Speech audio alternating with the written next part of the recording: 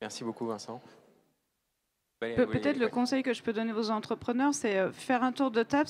C'est comme un mariage, je dis souvent ça, mais c'est vrai, vous allez vivre 6 à 7 ans avec l'investisseur que vous allez choisir. Donc déjà, il faut être intuitif et pragmatique. Et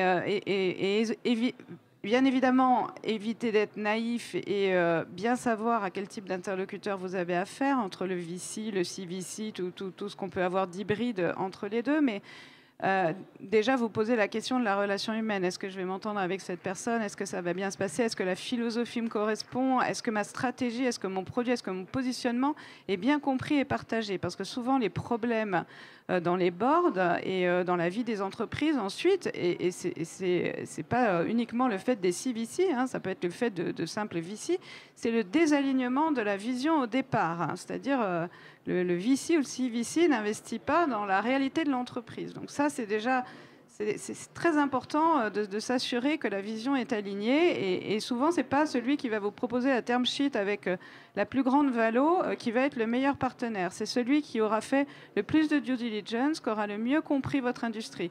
Et souvent, le CVC va être bien placé pour bien comprendre votre industrie.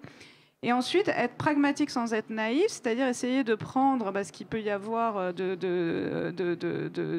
bien dans le meilleur des deux mondes, et puis de se protéger quelque part en tant que chef d'entreprise des risques, entre guillemets, d'avoir des industriels au capital.